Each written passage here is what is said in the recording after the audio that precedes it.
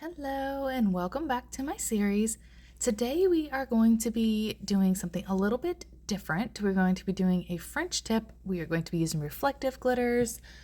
I'm just wearing a rubber base or a builder gel with a sparkle top coat, so I figured I would just let it show. It's also from Sundara Nails, and I will leave everything I'm using and whatever is on my hand just in the description box for you. Today I'm going to just be starting, we're doing a different nail shape as well. We're doing a medium coffin. I'm going to just be trying to do different nail shapes, lengths, different things for y'all so that nails of all shapes and sizes will be able to be shown. I went ahead and put gel base on all of the nails and I cured it for a full 30 seconds. Now this color is called Hippie Chicks. It may look like just a regular glitter, but when I turn the flash on, the reflectiveness in this glitter is just mind-blowing. So I'm going to be using Hippie Chicks on my pinky for a full nail, and I am going to be using it on my thumb for a full nail design, but I don't do my thumb until last because I like to make sure that I get everything that I want on these 4 fingers. I usually do my thumb separately, so it does appear sheer at first with the first initial layer, but it still packs that punch. But with the second layer, it almost completely makes it opaque. I mean, it's got maybe a little bit of sheerness, but it is super gorgeous. I just kind of wanted to show y'all how it looked through, like you can see through on my nail stand.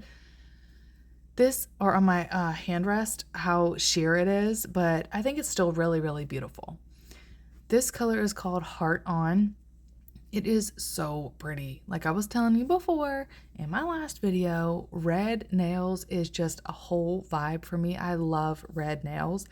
And I think this red matched perfectly with the reflective glitter. And it applied so smooth. I mean, do y'all see how smooth this is applying? I am a sucker for a gel polish nail set, and I absolutely love this color. I don't think this color is available anymore. It was an exclusive color when Queen Diana released her set. This was from February. This was from her Valentine's Day drop, and this was the only color that I was able to get my hands on. I think there may be a pink left, which I'm gonna try to snatch up, but I don't think her colors sell out so fast. So if y'all ever want any of the Queen Diana colors from Sundara Nails, y'all have got to be watching her TikTok, and y'all have got to be watching the Sundara page for when they are dropping. I know she has another one coming out next year. I'm not sure when, but my alarm will be set because even as an ambassador for Sundara Nails, it does not guarantee us any of the colors.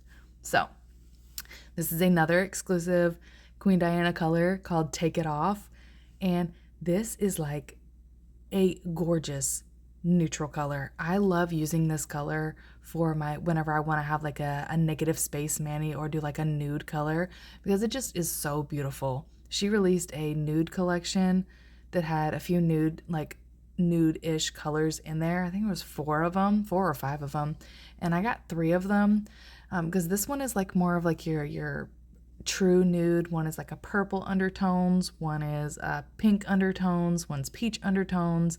So they're all different, but they look similar. But back to what I was saying, this one is my favorite one. It is called Take It Off. I'm not sure if this one is on the website or will be on the website when you go to look because like I said, they sell out so fast. So everything is cured. I cured for 30 seconds. Now I wanted to show y'all the second layer. I usually don't leave the second layer on, but I wanted y'all to see the difference when you're applying it on for that second layer. Now, the second layer is so gorgeous. It just adds that extra oomph to it. And the reflectiveness, like all those specks, it looks really pretty even when the flash is not on. But the flash on just takes it up a notch. And you see how I'm being super careful to not get my cuticles? You don't want to get gel polish in your cuticle line. You do not want to flood your cuticles with gel polish because if you do, it sometimes will make you so frustrated and you sometimes cannot clean it all up with a cleanup brush and you just have to take it all off and start over, and that is so annoying. So just be very careful with your cuticle line.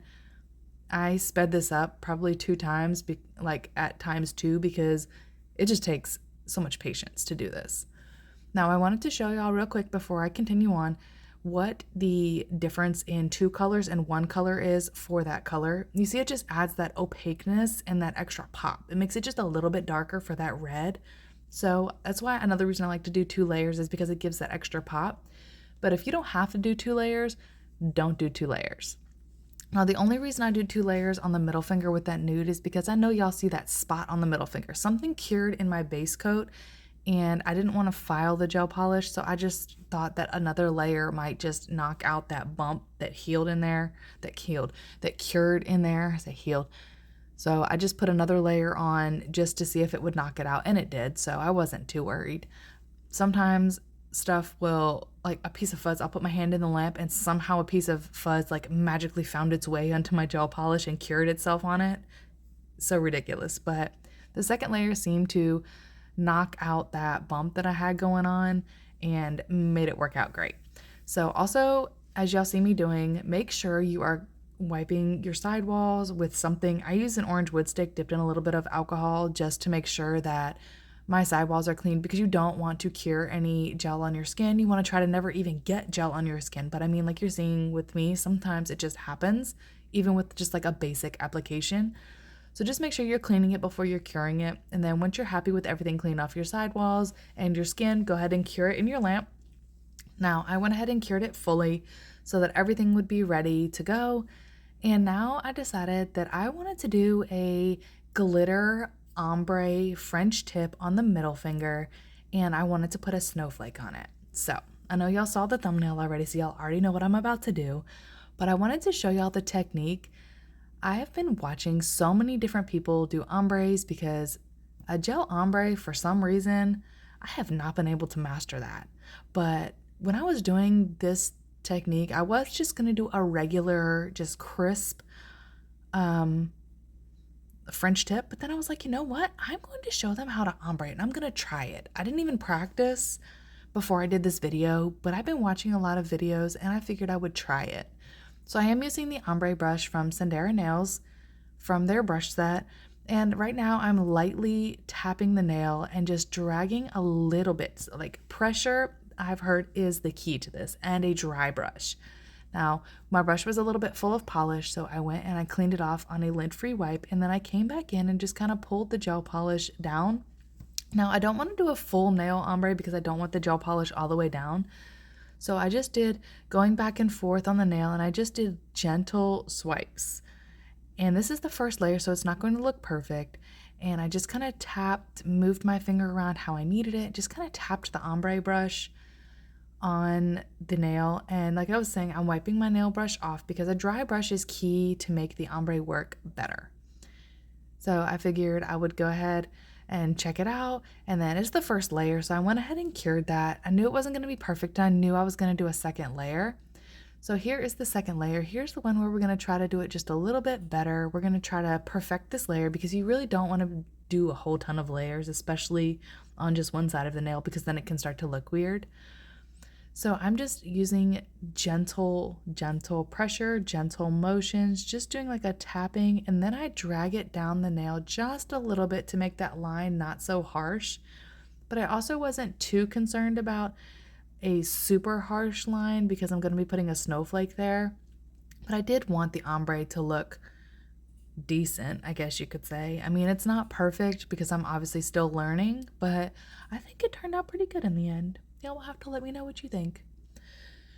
So I keep kind of fiddling with it until I'm happy with how it turned out and happy with how it looks. And then once I'm done, I just wipe the sides because I got a little bit of extra. I'm literally just rolling the lint-free wipe on the sides because if I don't want to have to file, and sometimes when you do just designs like this, the edges will fill with gel polish and you don't want that in your end result.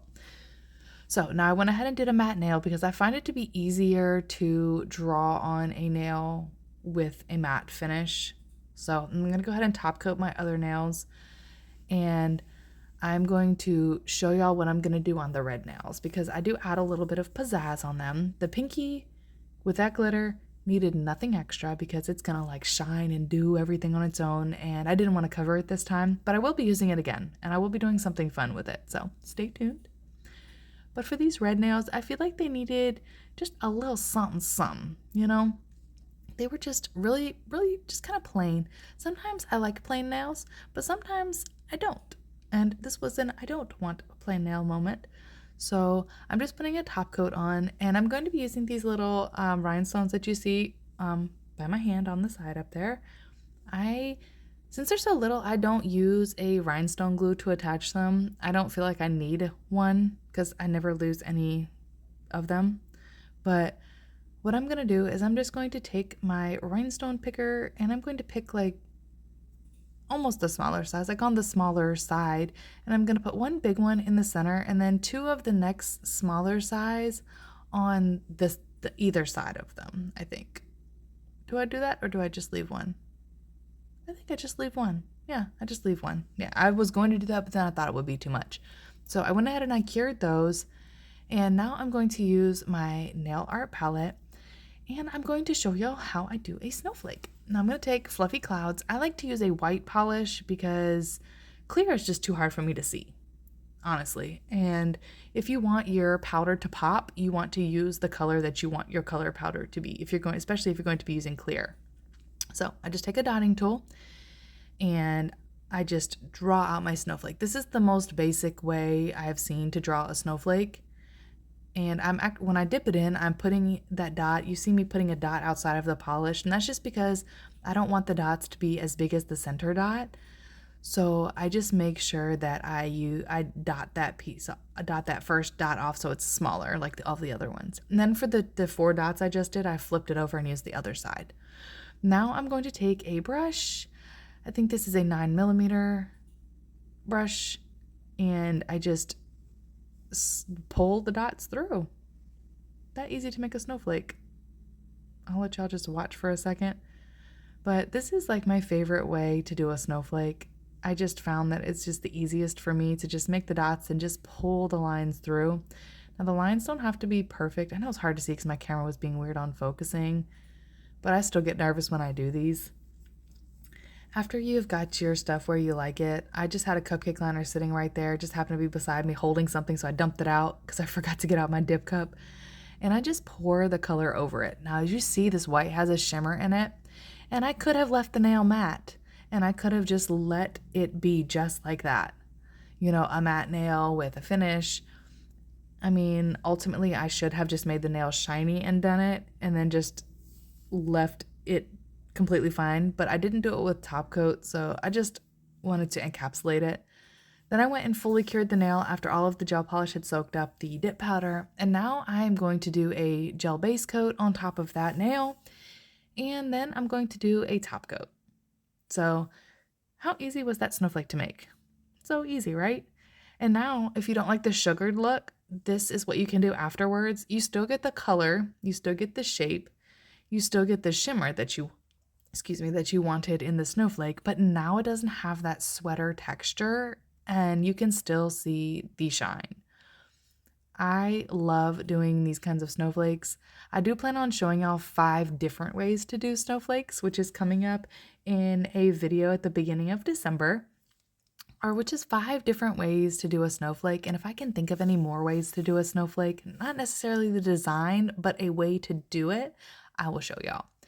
So while I was doing my top coat, I decided that I was going to put a rhinestone in the middle of the snowflake because I was like, that's so cute. The other nails have little rhinestones, so why not just add one? So I used the size down from the size that is on the ring finger and the index finger. Now, I'm not good with the SS whatever size, so do not even ask because I have no idea. It is just this one in this particular box that was right there. And it took me a minute to flip it over, but I decided to put that in the center of the snowflake and just look at what that added. That just added like that little something extra. You know, it's all in the details. So I got it where I wanted. Everything looks good. So I'm going to go ahead and cure it. And I went ahead and did the first layer, but I wanted to show y'all the second layer, like how easy the polish spreads. I wanted to show y'all on camera what it looks like, because the glitter is beautiful on its own.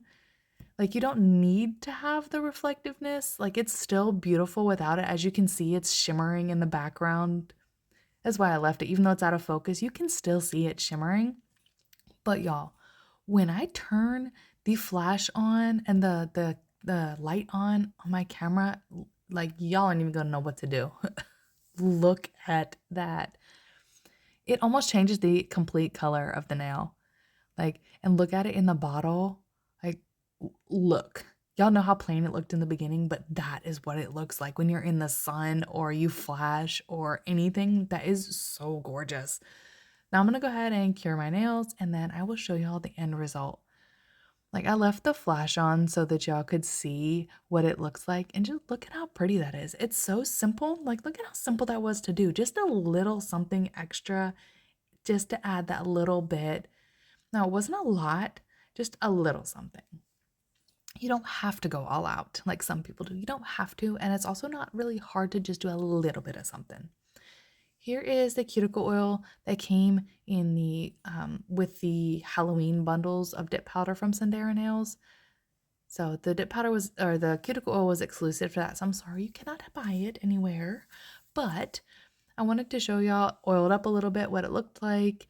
This is without the flash what it looks like. It's still really beautiful and I still really, really love it. But something about that flash just does something to me. Thank y'all so much for hanging out with me today. I hope y'all stick around from all of my Christmas videos and I hope y'all have a wonderful day. I will catch y'all in the next video.